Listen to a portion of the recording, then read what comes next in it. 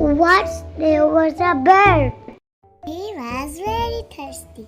He flew here and there in search of water, but he could not find water. At last, he saw a pot of water. The water was very low. He could not drink it. He was very sad. He saw some stones there.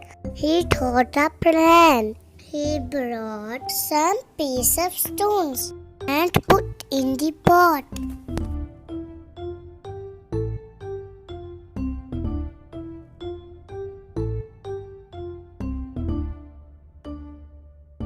After some time, the water rose up.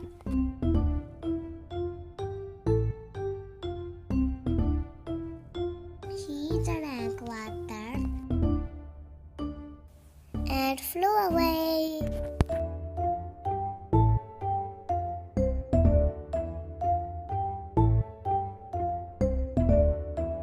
So friends, today we learned from this story is that God help those who help themselves. Like this bird. Bye-bye.